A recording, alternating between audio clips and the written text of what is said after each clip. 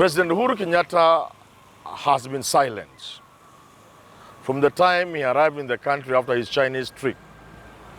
Kenyans have been wondering where he is. Should they be worried? I think not.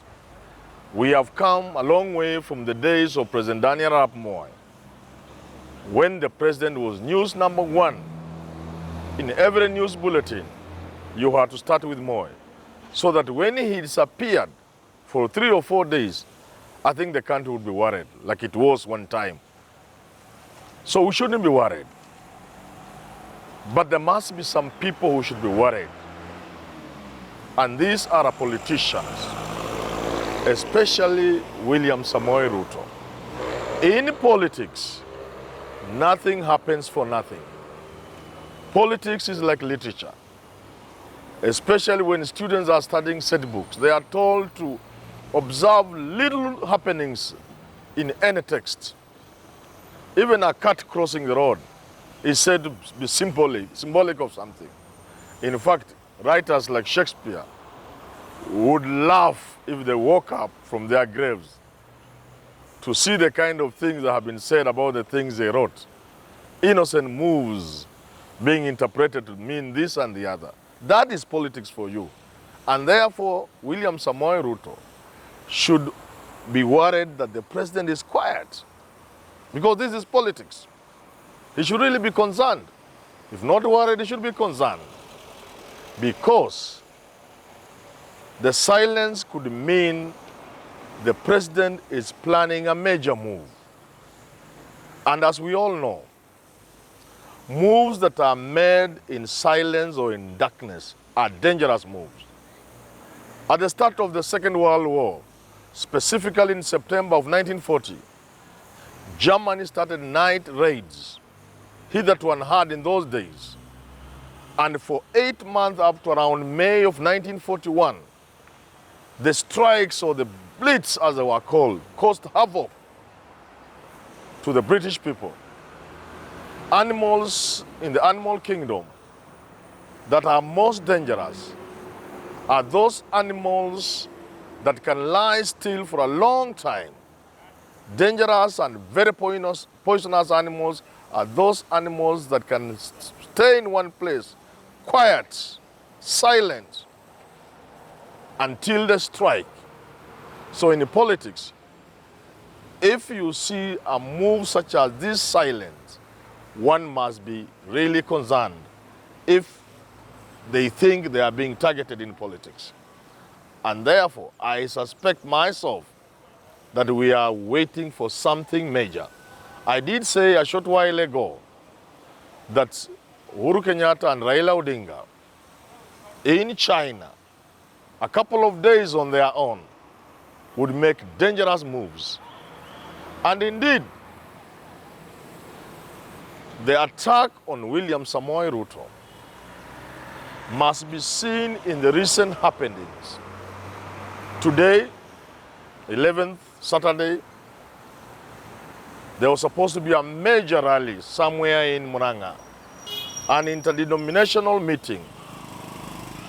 This meeting was cancelled. That appears to be a very innocent move. But is it? The answer is, it is not innocent.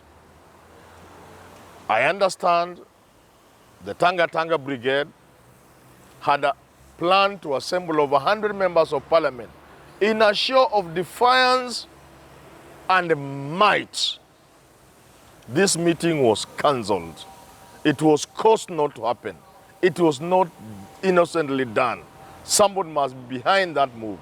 And therefore, people in some corner ought to be worried, because such a gathering would have shown open defiance to the president. Yet he has made some move, and there you see. There you see it. Next time it happens, my friend, you may not have 20 MPs. Indeed, even if it happened, out of the 100 who had promised they would come, who had confirmed attendance, maybe 50, 60 would have attended. A few would have been knocked off by telephone calls.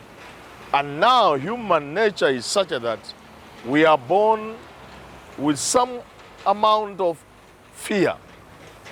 And when we are kids, these kind of fears fruit tells us, is kind of entrained in us. And therefore, people will be wondering, if this meeting was cancelled, do I really attend it? So from the 50 or 60 would have attended, if it is next call, 20, 30 will attend. Something else, the Waititu thing, looking very innocent. Those figures looked outrageous. The budget lines looked crazy. Expenditure at office of the president, expenditure on Southern Sudan, it looked outrageous. Everybody was like, wow, how? I dismissed it. I knew it was an error.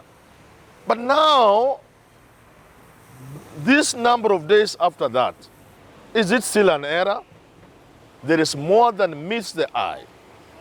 Now, out of the 11 counties that have this kind of problem, unexplained expenditure with the funny budget lines, only Kiambu is in the limelight. The governor of Kiambu is a close ally of William Samoei Ruto. So why don't you read something in this? Why don't you ask yourself why? Since there's more than meets the eye, and then the deputy president makes a blunder. Was a trap set for him? Because then he goes and says, Waititu is innocent. There's nothing like that. And people are like, okay, innocent? This money was not spent? Of course, we are not saying it was spent, but we are saying there's something that doesn't quite add up, something that doesn't make sense. And it's coming from a person who is associated with William Samoei Ruto. Now, as we wait for the major move from the silent president, attacking from some corner, you have to read the recent happenings. Today, we wake up to read in the media, the papers, the Catholic bishops are asking the president to move. They ask him what happened to the CS who are being interrogated for graft. Read this together with what other churches had said about Harambee. You begin to see a narrative being created. You begin to see William Samoei Ruto being surrounded like an animal. Look at it this way. Many things have been happening in the past. You would say they were happening from the open. The Muradhi attack, the Atwoli attack, the not so good comment from Raphael Tuju, the Secretary General of Jubilee. All this may seem innocent, but there are moves that could injure William Samoei Ruto. So, one is beginning to wonder, what is this major move?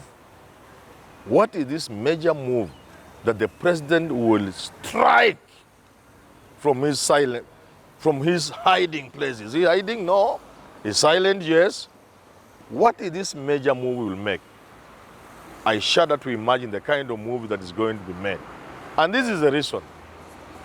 William Samoei Ruto, the moment he realized the handshake was not good for him, began to fight back.